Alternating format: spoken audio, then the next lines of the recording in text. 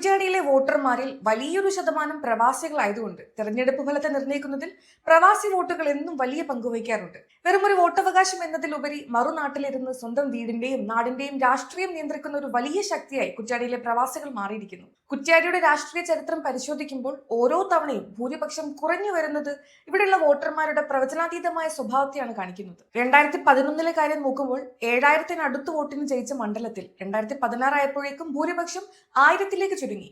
എന്നാൽ 2021 എത്തിയപ്പോൾ കഥയാകെ മാറി. വെറും 333 വോട്ടുകൾക്കാണ് LDF മണ്ഡലം തിരിച്ചുപിടിച്ചത്.